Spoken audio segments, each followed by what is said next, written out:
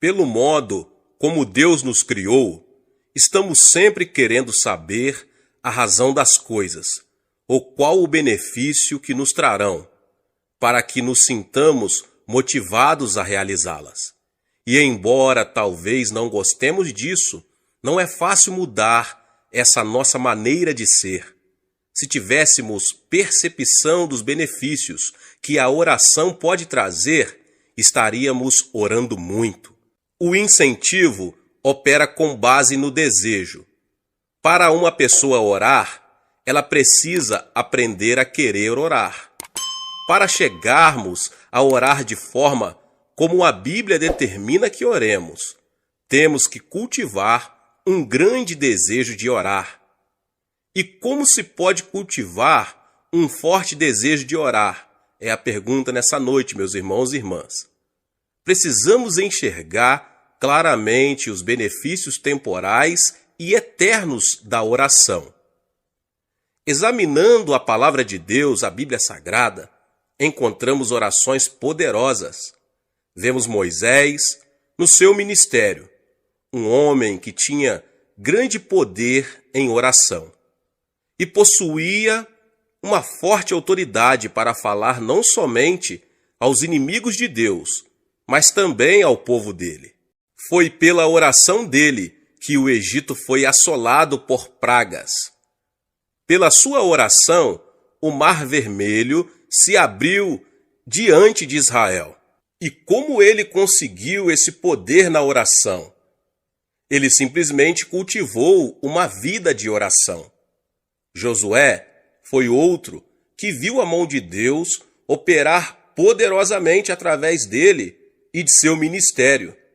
Ele sabia qual era a vontade de Deus e suas estratégias para as batalhas. E foi assim que cidades fortificadas caíram diante de seu exército. Um exército todo construído de homens destreinados. Como Josué conseguiu tanto poder junto a Deus? Ele aprendera a orar. Enquanto Moisés estava no monte, ele passava a noite no sopé da montanha em oração também. E quando Moisés morreu, Deus já contava com um líder treinado que estava familiarizado com a oração. Davi também foi um homem dedicado à oração. Quando ele foi ungido rei de Israel, Saul ainda estava no trono. Ele poderia ter se desanimado pelo fato de apenas uns poucos o reconhecerem como rei, mas pela oração, ele manteve sua confiança em Deus e esperou que o Senhor o colocasse no trono de Israel. Era tão forte o seu relacionamento com Deus, que numa ocasião em que teve oportunidade de matar o rei Saul, não o fez. Após a morte deste, seu primeiro ato como rei foi trazer de volta a Arca da Aliança para o seu lugar de direito, no centro de cultos de país. Quando analisamos o poder de Davi na sua vida e governo, vemos que a fonte desse poder era a prática da oração.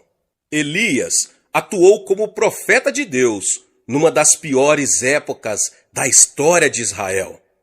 Nessa ocasião, o povo tinha se voltado para a adoração a Baal. E Elias orava com grande poder, desafiando os profetas de Baal. Sempre que lembramos a história de Elias, pensamos também no grande poder que ele possuía. Mas precisamos descobrir qual a origem desse poder. Ele era um homem de oração. Passava horas seguidas em oração e até mesmo dias.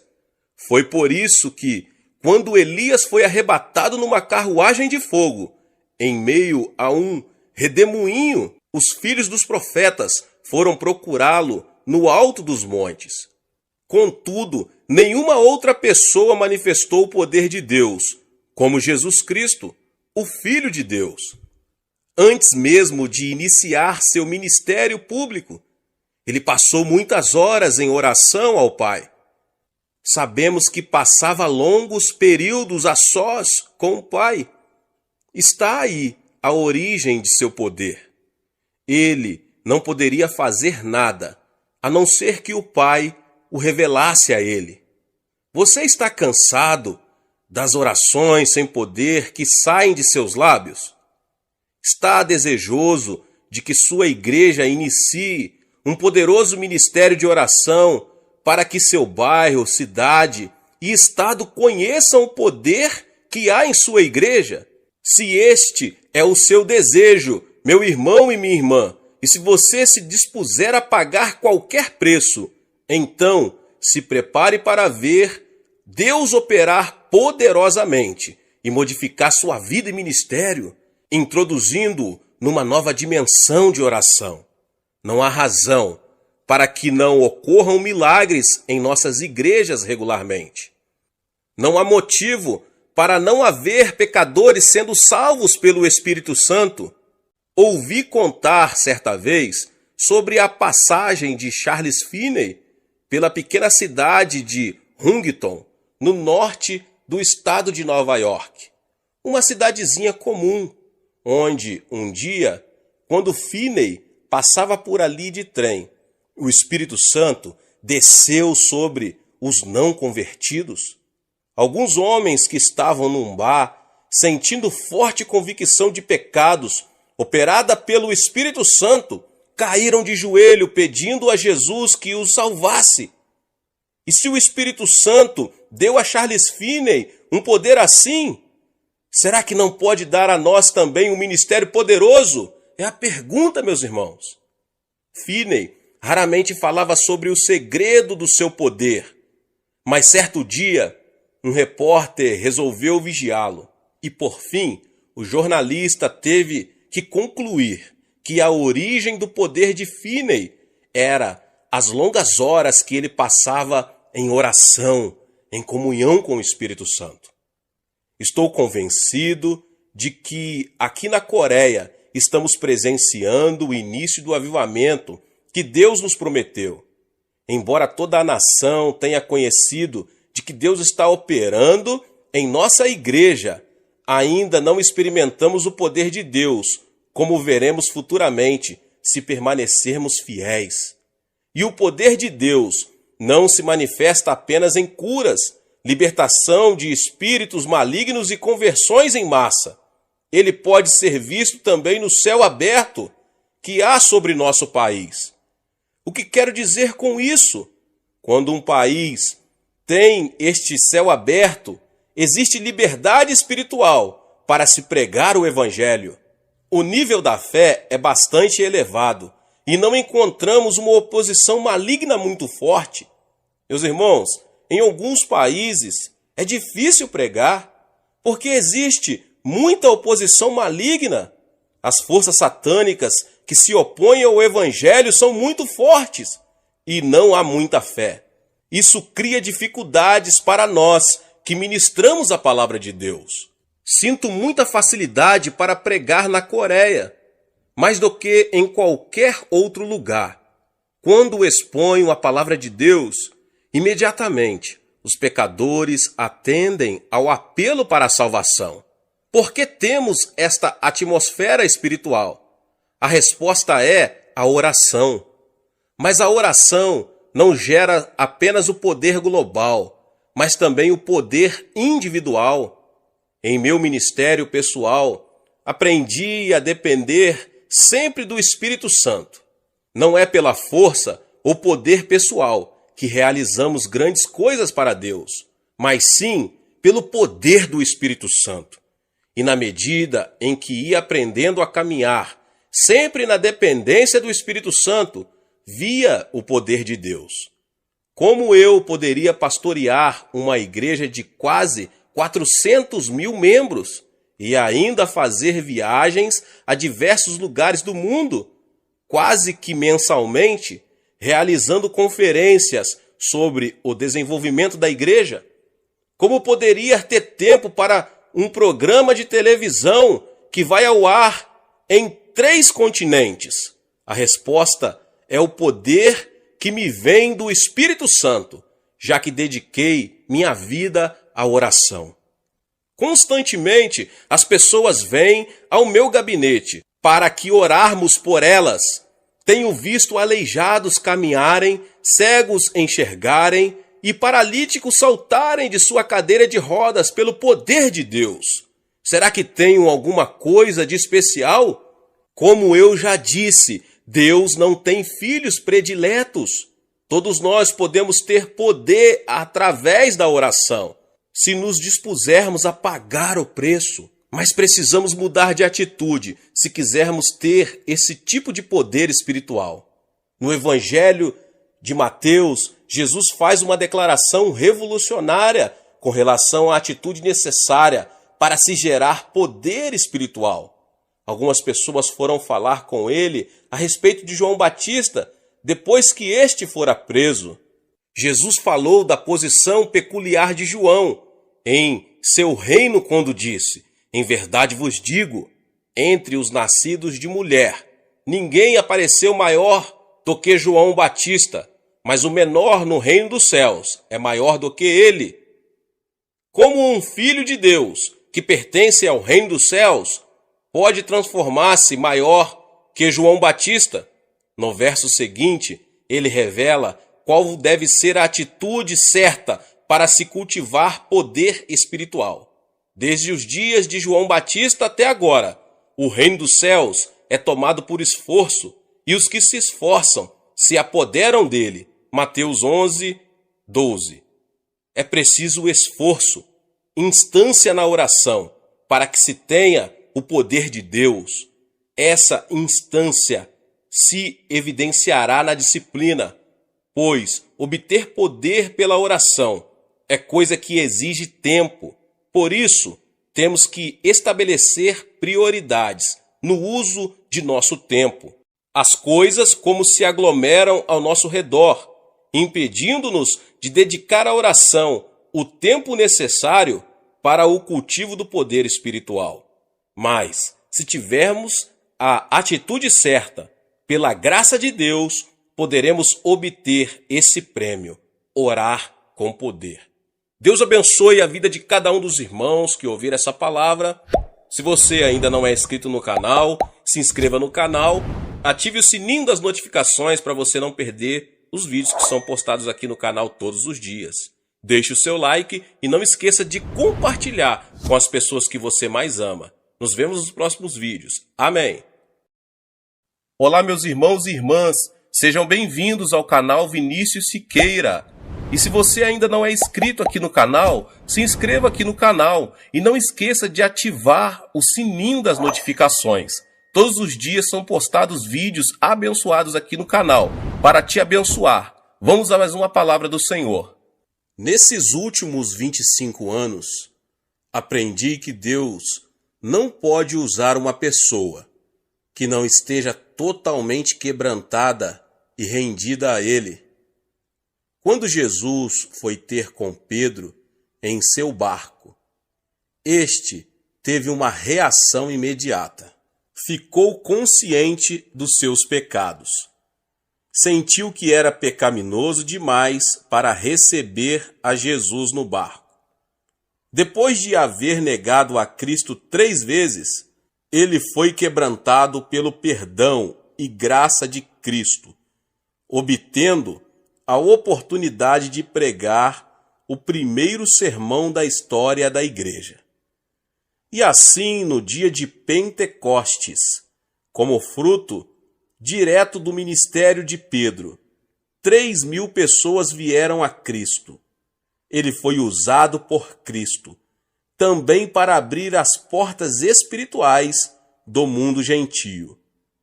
Assim que Pedro se quebrantou, Deus pôde usá-lo. Tenho conhecido muitas pessoas que não estão servindo ao Senhor por abrigarem pecados do passado. Talvez elas culpem o pastor ou algum outro crente, mas bem no fundo do coração sabem que ficaram bem aquém do alvo proposto e não aprenderam a lição. Sempre que um crente comete um erro, procuro ajudá-lo a acertar a vida de novo.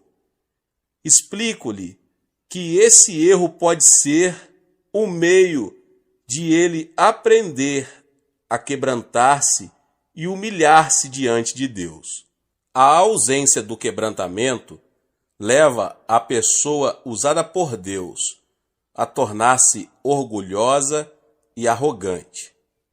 Contudo, quando um crente é quebrantado, seu coração resiste ao orgulho, e assim ele pode ser mais e mais usado por Deus.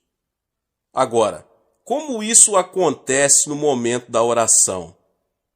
Quando nos colocamos em contato com Deus em oração, assim que entramos em sua presença, a primeira coisa que sentimos é a consciência do pecado. Na presença de um Deus santo, ninguém pode sentir orgulho.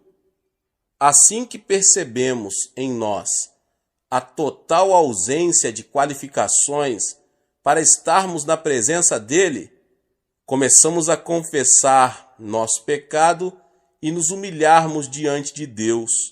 Assim, não quer dizer que não podemos estar ali, perante o trono da graça. Na verdade, o sangue de Jesus Cristo já garantiu a todo crente um pronto acesso a ele. Então, sentimos logo que não possuímos qualificações pessoais para estar ali, e nossa reação imediata é de quebrantamento. As duas coisas, quebrantamento e orgulho, não podem coexistir. O mais notável é que quando entramos na presença de Deus, tornamo-nos conscientes de reações, atitudes e atos que talvez até tenhamos esquecido. Assim como Pedro não podia suportar a presença de Cristo em seu barco, devido ao reconhecimento de seu próprio pecado, assim também nós, diante de sua santa presença, tornamo-nos conscientes de nossa profunda carência espiritual. A reação natural seguinte, quando estamos na presença de Deus, é o desejo de sermos perdoados de nossos pecados. Isso acontece comigo. Eu posso ter praticado um ato insignificante sem o perceber. Contudo, assim que inicio meu momento de oração, o Espírito Santo me mostra aquele ato e começo a desejar o perdão da libertação. Alguém pode achar que isso é muito difícil, mas vamos nos lembrar de que agora temos um renovado desejo de orar. Agora exercitamos um tipo de esforço contra a carne e o orgulho. Estamos aprendendo a andar no Espírito suave e respeitosamente. Nesse momento, eu gostaria de dar mais ênfase à importância de se andar respeitosamente com o Espírito Santo, pois o Espírito Santo é um ser nobre.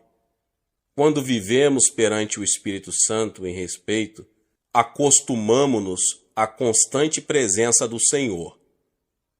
E essa presença constante do Senhor efetuará duas mudanças muito importantes. A primeira é quebrantamento e a segunda é submissão. Mas antes de examinarmos as Escrituras para ver os exemplos bíblicos de quebrantamento e submissão, quero narrar minha experiência pessoal com relação a essas importantes atitudes. Deus nunca escolheu pessoas perfeitas para realizar sua perfeita vontade. Isso está claro quando vemos que ele escolheu pessoas como Jacó e o rei Davi. Isso fica claro também quando ele me escolheu. Minha inclinação natural é de seguir meu próprio caminho. Contudo, nem sempre os caminhos do Senhor são os meus caminhos. Então, um dos dois tem que ceder. Assim sendo, meu papel é sempre ceder à orientação do Espírito Santo, que me foi dado para me guiar e dirigir nos caminhos de Deus. O Espírito Santo é o Consolador. Então, este Consolador pode deixar-nos bem incomodados, se não estivermos dispostos a seguir nos caminhos de Deus. E como o Espírito Santo consegue nos manter obedientes ao Pai Celestial, mantendo-nos quebrantados. Para que uma pessoa seja quebrantada, primeiro é preciso que ela esteja inteira. Quando Deus escolheu Davi, ele era íntegro em si mesmo. Poderia ter sido um excelente pastor a cuidar do rebanho de seu pai. Contudo, Deus tinha mais para ele. Ele seria o próximo rei de Israel. Mas não era só isso, seria também profeta.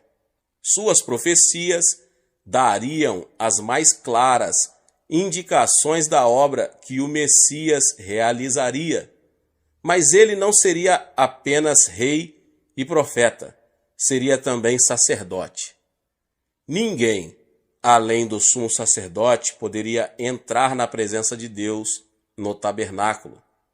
E, no entanto, Davi entrou na santa presença e não morreu.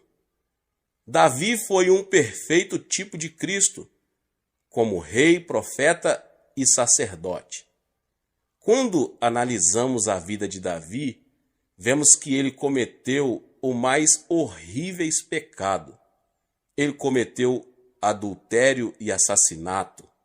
Embora Davi tenha pagado pelo seu pecado e ainda está pagando, pois as pessoas ainda fazem menção de seu erro, a advertência de Naamã serviu para que ele deixasse de seguir seu próprio caminho.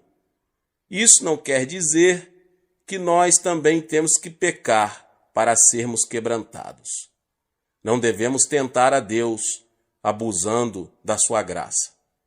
Então, quando andamos em sua presença, o Espírito Santo vai mantendo um registro atualizado de nossa conduta. E se quisermos caminhar constantemente em sua presença, temos que permanecer quebrantados e humildes de coração. Viver dessa maneira é andar em sinceridade diante de Deus e de seu povo. Em nossa sociedade oriental, faz parte dos nossos costumes nunca humilhar um líder diante de seus liderados. O povo não gosta desse tipo de coisa. E próprio líder o evita a qualquer custo. É o que chamamos de perder a dignidade. Contudo, o Espírito Santo está removendo nossos costumes naturais e tem me levado a ser sincero e totalmente aberto perante minha gente. Lembro-me de uma vez em que tive vontade de morrer, em vez de confessar para a congregação algo que tinha feito e que não agradava a Deus. E, no entanto, esse fato veio a consolidar a confiança que existe entre mim e meu povo, e que já dura mais de 25 anos. Vemos esses princípios claramente explícitos em Tiago. Antes, ele dá maior graça pelo que diz: Deus resiste aos soberbos, mas dá graça aos humildes. Tiago 4:6. Pedro também apresenta este mesmo princípio. Rogo igualmente aos jovens, sede submissos aos que são mais velhos. Outros sim, no trato de uns com os outros, cingivos todos de humildade, porque Deus resiste aos soberbos, Contudo, aos humildes concede a sua graça. Humilhai-vos, portanto, sob a poderosa mão de Deus, para que ele, em tempo oportuno, vos exalte. 1 Pedro 5, 5 e 6. Se tivermos um espírito de soberba, quando nos aproximamos de Deus em oração, ele resistirá a nós. Mas se estivermos quebrantados diante dele, ele nos dará mais graça. Nosso sucesso espiritual é totalmente baseado na graça de Deus. Pelos nossos próprios méritos, não podemos ter sucesso em nada. Mas pela graça divina, podemos fazer todas as coisas. O que precisamos para triunfar espiritualmente é mais da graça de Deus. Agora, e como podemos obter mais graça? Nós a obtemos mantendo-nos sempre com um espírito quebrantado e em humildade diante de Deus. Hoje em dia, a ideia de um quebrantamento pessoal não é muito popular. As pessoas só querem saber o que fazer para ter sucesso. No entanto, tenho aprendido que chegamos ao sucesso aplicando fórmulas mágicas ou princípios. Temos que aprender o segredo do quebrantamento, que nos traz mais graça. E é a graça que, por fim, nos concede sucesso. Jó foi uma pessoa que aprendeu essa lição. Em paz eu vivia, porém ele me quebrantou. Jó 16:12. Davi, depois de recorrer ao auxílio divino e receber a libertação, fala de sua condição nos seguintes termos: sou como vaso quebrantado. Salmo 31:12. Então, o objetivo de Deus é quebrantar-nos e não esmagar-nos. Se nos quebrantarmos com uma atitude de humildade diante de Deus, não seremos feitos em pedaços. Num texto de Mateus, Jesus faz uma distinção clara entre ser quebrantado e ser esmagado. Perguntou-lhes Jesus: nunca lestes nas Escrituras? A pedra que os construtores rejeitaram, essa veio a ser a principal pedra angular. Isto procede do Senhor e é maravilhoso aos nossos olhos? Portanto, vos digo que o reino de Deus vos será tirado e será entregue a um povo que lhe produza os respectivos frutos. Todo o que cair sobre esta pedra ficará em pedaços, e aquele sobre quem ela cair ficará reduzido a pó. Mateus 21, 42 ao 44. Para entendermos o princípio do quebrantamento, temos que analisar bem a comparação que aqui é feita. Cristo é a pedra angular do templo espiritual, a igreja. Neste contexto, o termo igreja não se aplica apenas ao corpo de crentes que foi formado no dia de Pentecostes. Aqui, ela representa todo o povo de Deus desde o seu início. Na ocasião em que Jesus profere estas palavras, registradas em Mateus 21, o povo de Deus era representado pela nação judaica. Jesus Cristo constitui a parte mais importante desse edifício, cujas pedras são os membros. Ele é a pedra angular, isto é, a pedra que mantém unido o prédio. O plano de Deus era ter um edifício espiritual que pudesse conter sua glória de maneira correta. Mas, ao rejeitar o Messias, Israel perdeu o direito de se ter este edifício espiritual. Por isso, Deus está edificando um novo prédio por meio da igreja.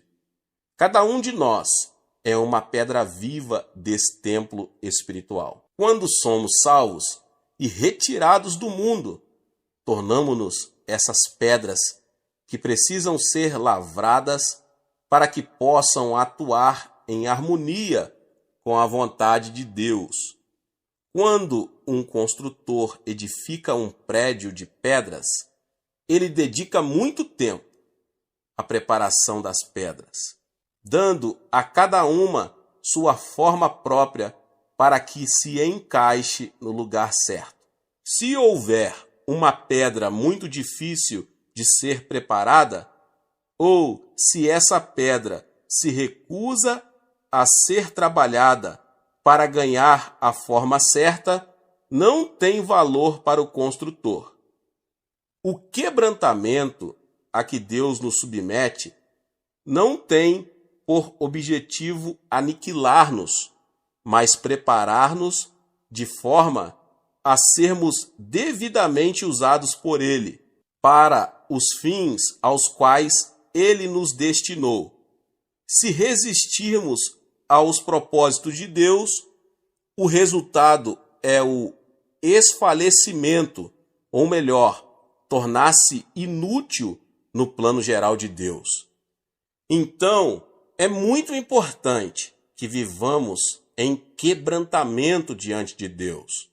Contudo, gostaria de reiterar aqui que isso não significa viver em fracasso ou cultivar uma imagem própria negativa. Lembremos que foi Deus quem nos escolheu. Somos muito importantes. Então, à medida que vamos aprendendo a viver na presença do Espírito Santo em oração, iremos cultivando como um fruto natural dessa vivência uma atitude de quebrantamento, pela qual Jesus, o construtor, pode completar sua obra em nossa vida. Como é bom saber que Deus está moldando nossa vida para sermos usados em seus eternos propósitos. Que paz gozamos quando compreendemos que todas as coisas operam no sentido de um objetivo eterno. Nada acontece por acaso. Tudo opera para o nosso bem eterno. Glória ao Deus vivo. Depois do quebrantamento, vem a submissão, junto com uma rendição incondicional de nosso ser a Deus, vem uma total submissão à sua vontade. E eu gostaria de salientar bem aqui que isso não implica assumir uma atitude passiva. A submissão significa que desistimos de nosso direito natural de fazer aquilo que queremos, rendendo-o ao nosso Senhor, o Rei dos Reis e Senhor dos Senhores. Devemos compreender também que o quebrantamento e a submissão não são fins em si mesmos, são apenas meios utilizados para se alcançar um fim, que é sermos instrumentos eficazes nas mãos de Deus, usados por Ele para conseguirmos o avivamento e o crescimento da igreja. Algumas pessoas no passado cometeram o erro de achar que o quebrantamento e a submissão a Deus eram fins em si mesmos e não meios para se atingir um fim maior. Isso levou muita gente a recolher-se em mosteiros para viver uma vida santa, que na verdade não modificava a sociedade que o cercava. A santidade não deve levar-nos a nos afastar-nos do mundo, mas deve fortalecer-nos para que possamos ser testemunhas eficazes de Cristo perante o mundo. É muito fácil nos retirarmos do mundo, afastando-nos dos desafios que ele apresenta à igreja hoje. Então, o objetivo de Deus ao quebrantar-nos e levar-nos à submissão a Ele é exatamente dar-nos o preparo necessário para enfrentarmos esses desafios. Minha igreja fica a poucos metros do Congresso Federal e muitas vezes os membros do governo nos pedem para orar sobre questões que afligem toda a nossa nação. Não me afastei dos problemas sociais e econômicos que Deus colocou à minha frente. Todavia, tenho procurado estar bem quebrantado e submisso a Deus, para que possa conhecer claramente a intenção dele em cada uma dessas situações e problemas. Deste modo, meu país, uma nação eminentemente não cristã, pode ficar a par da vontade de Deus. Deus abençoe sua vida, você que ouviu essa palavra. Talvez você chegou aqui pela primeira vez e ainda não é inscrito aqui no canal. Se inscreva no canal e ative o sininho das notificações. Todos os dias são postados vídeos abençoados aqui no canal para te abençoar. Não esqueça de deixar o seu like e compartilhar este vídeo com mais pessoas. Nos vemos nos próximos vídeos. Amém. Olá, meus irmãos e irmãs. Sejam bem-vindos ao canal Vinícius Siqueira. E se você ainda não é inscrito aqui no canal, se inscreva aqui no canal e não esqueça de ativar o sininho das notificações. Todos os dias são postados vídeos abençoados aqui no canal para te abençoar. Vamos a mais uma palavra do Senhor. Estamos vivendo uma era maligna. Satanás, auxiliado por anjos caídos e demônios, está determinado a roubar e destruir. Se não nos apoiarmos no poder da oração, não seremos capazes de abater o poder de Satanás. O diabo nunca se preocupou muito com os rituais da igreja, mas tem medo mortal da oração genuína. Quando uma pessoa começa a orar de verdade, começa a descobrir novas e diversas formas de oposição da parte de Satanás. Há um homem em minha igreja que antes era alcoólatra. Não obstante a sua prosperidade nos negócios, a bebida o levou a maltratar a esposa e os filhos. Certa noite, ele chegou em casa, acompanhado de seus companheiros de bebida, e todos puseram-se a beber e alegrar-se ali. Embora a mulher o amasse muito, os filhos, e já tivesse suportado muitas coisas por parte do marido, não podia tolerar o fato de ele desonrar seu lar de tal forma. Chamou-o à parte e disse-lhe: "Querido, eu o amo, mas não aguento mais suas bebedeiras. E agora você ainda traz esses bêbados para casa? Não vou tolerar isso. Vou arrumar minhas coisas e ir embora. Amanhã, quando você acordar, eu já não estarei mais aqui." Apavorado com o choque de perder a família, ele ficou subitamente sóbrio. Como sua esposa era uma crente muito dedicada, ele se ajoelhou ali diante dela e começou a orar: "Senhor, liberta-me desse terrível demônio do álcool." Pensando que o marido, além de embriagado, estivesse zombando de sua religião, a mulher ficou mais indignada. Ele já tentara diversas vezes libertar-se daquele vício, mas sem o conseguir. Agora que a esposa ameaçava abandoná-lo, estava ainda mais desesperado. Estava chorando quando ouviu uma voz interior que lhe vinha no coração: "Pela manhã você estará liberto." "Tenho certeza de que amanhã estarei liberto", disse para sua esposa. Mas ela não pôde disfarçar uma expressão de incredulidade. Já ouvira muitas dessas promessas antes. Então, de manhã, ela teve uma grande surpresa ao ver o marido jogando no lixo suas garrafas de bebidas caríssimas e seus cigarros. Será que está ocorrendo um milagre de libertação? Pensou consigo mesma.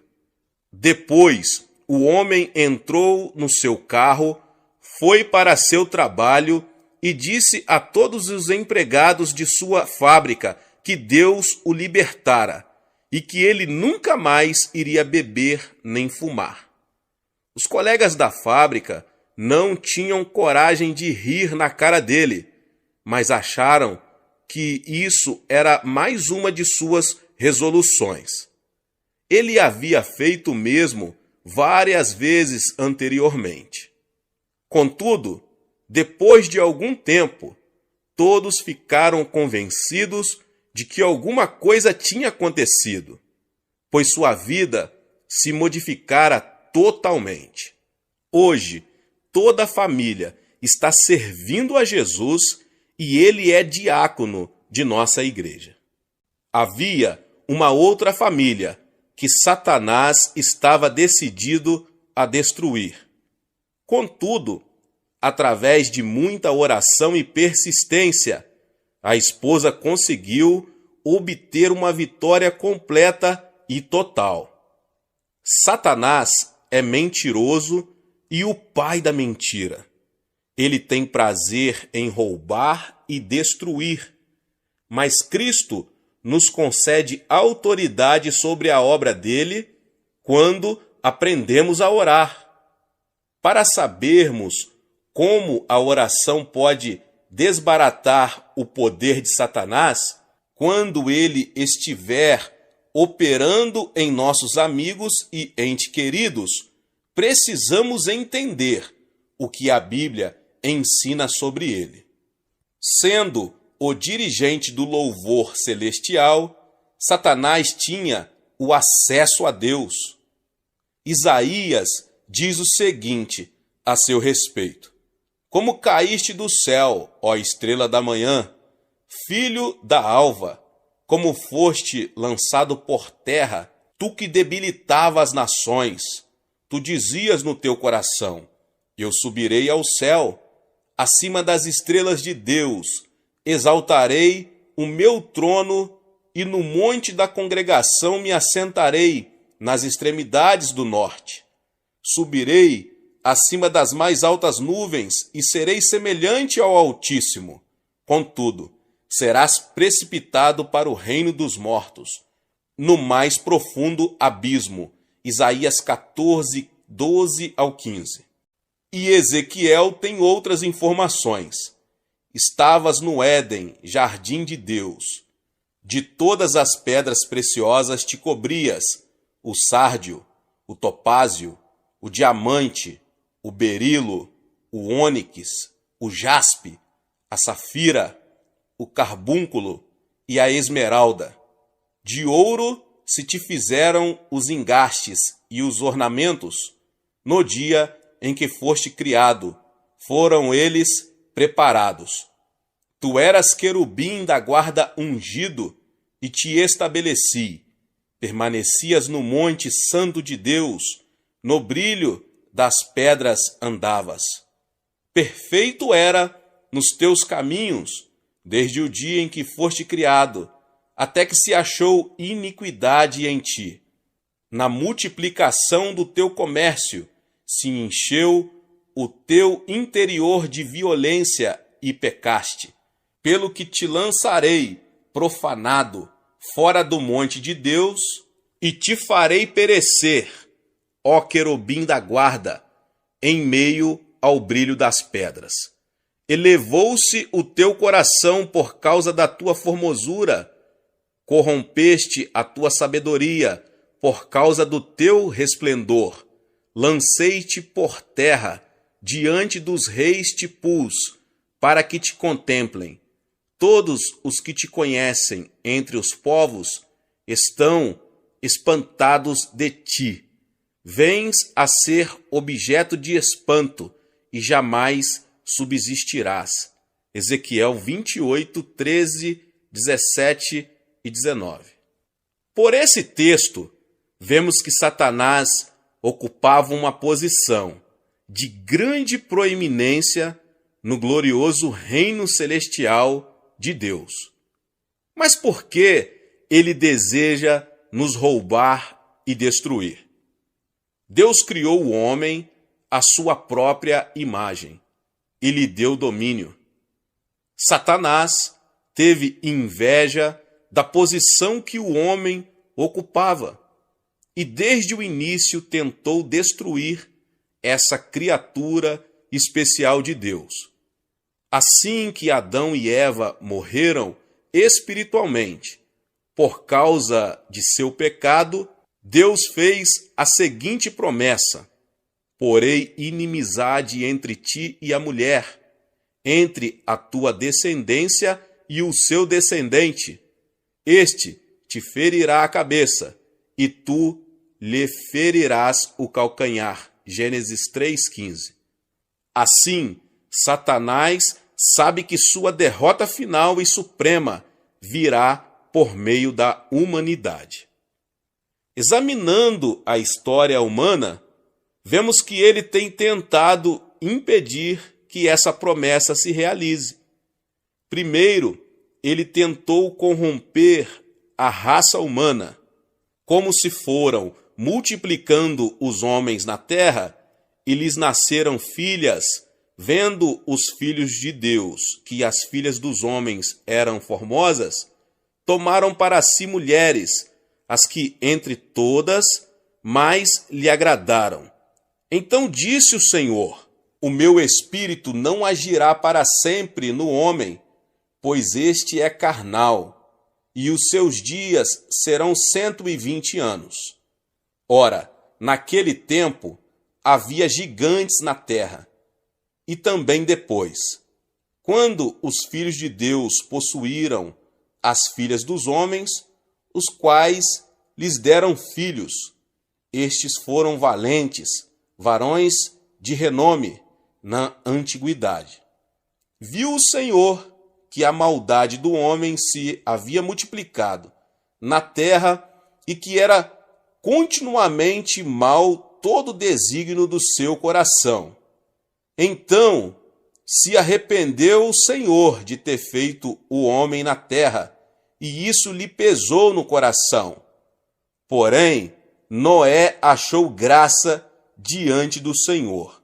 Gênesis capítulo 6.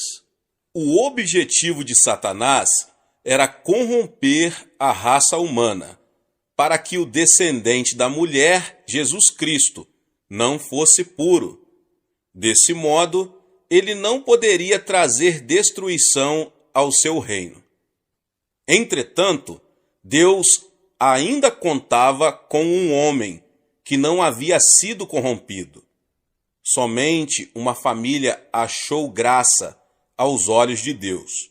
Assim, Noé foi o meio pelo qual toda a raça humana se salvou de uma destruição total e completa.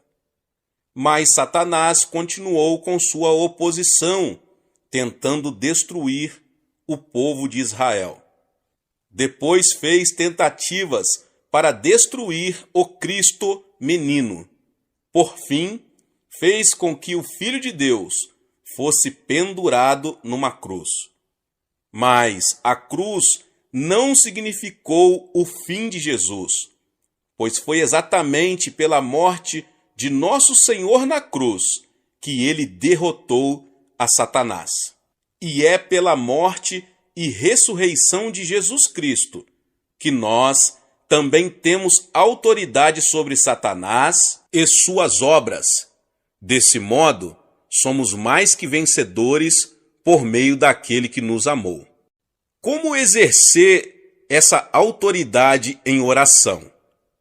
Como eu disse antes, Satanás faz mais oposição às orações do povo de Deus do que a qualquer outra coisa. Isso é mostrado claramente no livro de Daniel. Daniel ainda era jovem quando foi levado cativo para a Babilônia, no ano 605 a.C. Mas Deus fez com que esse cativeiro se tornasse o meio pelo qual Daniel chegou a uma posição-chave no maior império daqueles dias. Assim como José, que prosperou no Egito, embora passando por reveses temporários, assim também Daniel foi usado por Deus, pelo fato de possuir o dom de interpretação de sonhos. Esse dom foi usado depois para revelar uma visão tão precisa de acontecimentos futuros que houve quem duvidasse da autenticidade de seu livro. No primeiro ano do governo de Dário, futuro governante universal do Oriente Médio, Daniel recebeu uma interpretação especial do texto de Jeremias 25:13. Ao perceber as implicações dessa nova interpretação para Jerusalém, começou sua conhecida oração intercessora em favor de seu povo. Principiou por confessar seus pecados, embora sua inabalável fidelidade a Deus fosse reconhecida por todos os judeus que se encontravam no cativeiro. Depois passou a pedir perdão para o seu povo, como vemos no capítulo 9.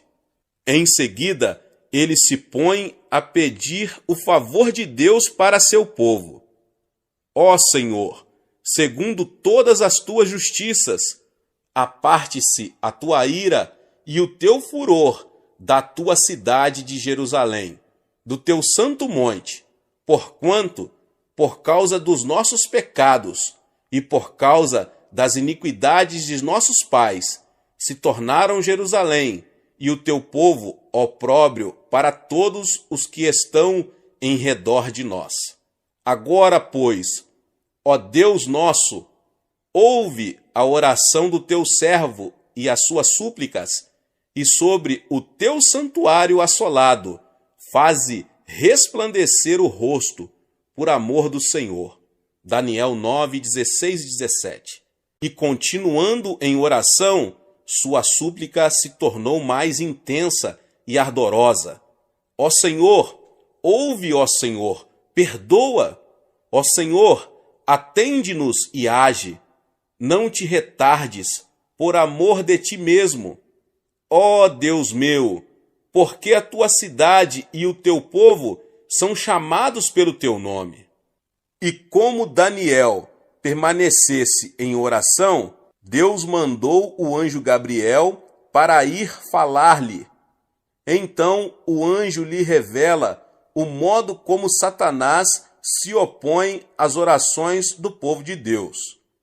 Então me disse: não temas, Daniel, porque desde o primeiro dia em que aplicaste o coração a compreender e a humilhar-te perante o teu Deus, foram ouvidas as tuas palavras, e por causa das tuas palavras é que eu vim. Mas o príncipe do reino da Pérsia me resistiu por 21 dias. Porém Miguel, um dos primeiros príncipes, veio para ajudar-me, e eu obtive vitória sobre os reis da Pérsia. Daniel capítulo 10, 12 e 13. Mais adiante, no mesmo capítulo, Gabriel revela a Daniel a batalha que terá que enfrentar assim que sair dali. E ele disse: sabes por que eu vim a ti? Eu tornarei a pelejar contra o príncipe dos persas, e saindo eu, eis que virá o príncipe da Grécia. Mas eu te declararei o que está expresso na Escritura da verdade, e ninguém há que esteja ao meu lado contra aqueles, a não ser Miguel, vosso príncipe.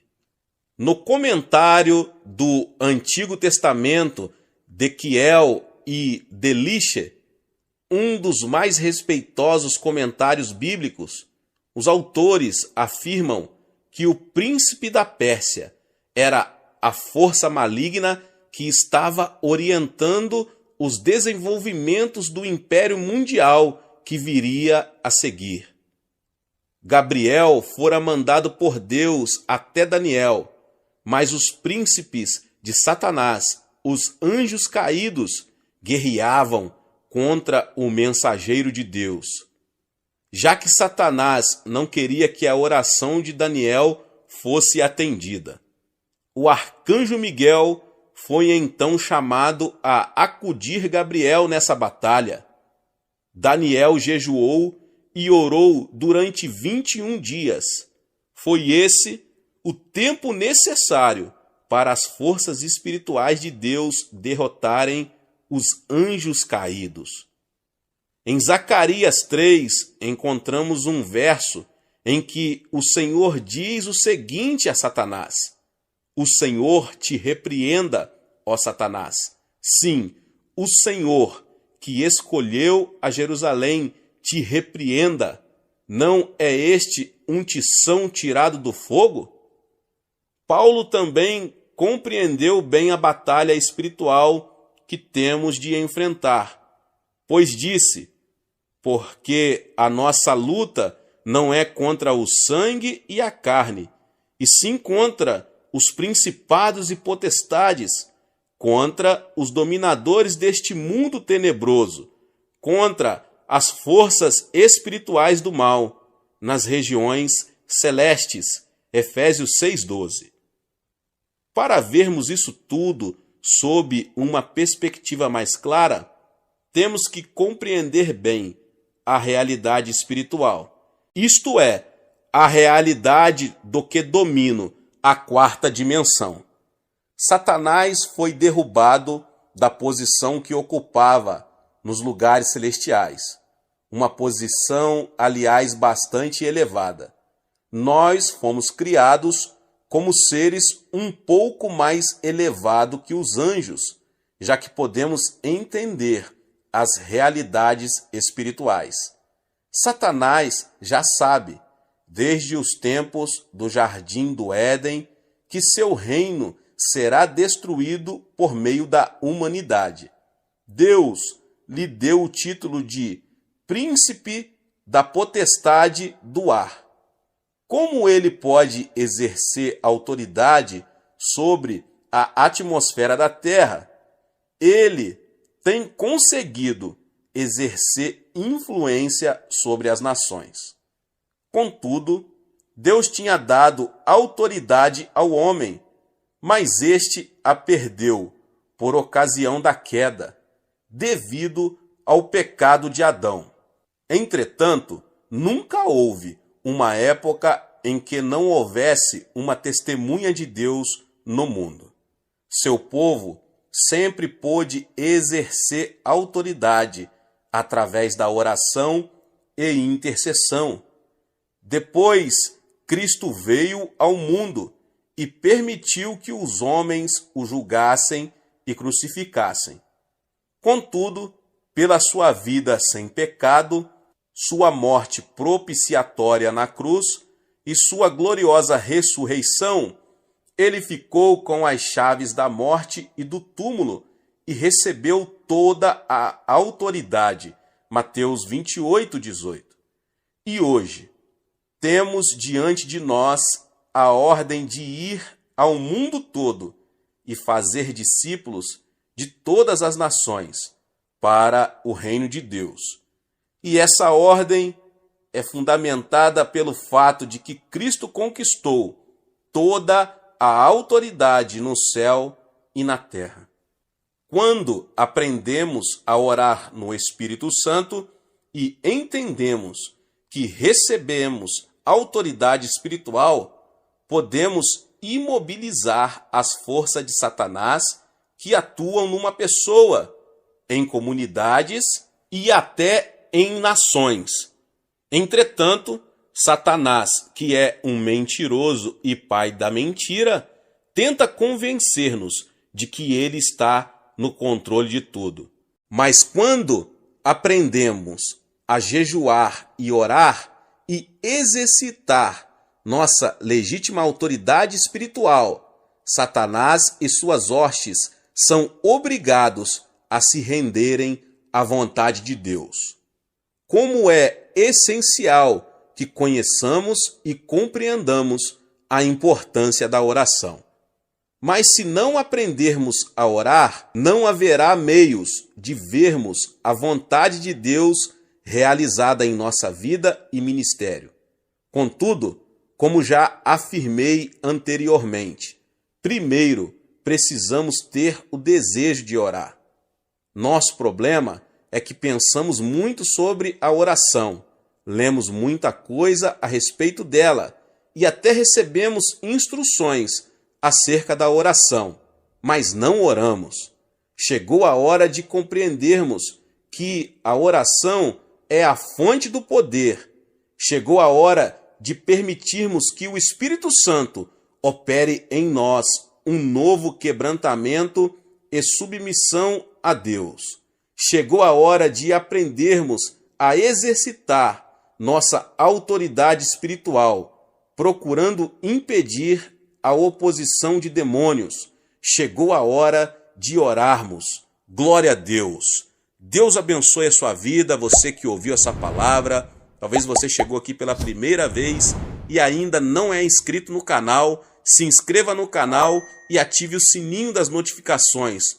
Todos os dias são postados vídeos abençoados aqui no canal para te abençoar. Deixe o seu like e não esqueça de compartilhar esta palavra com mais pessoas. Amém.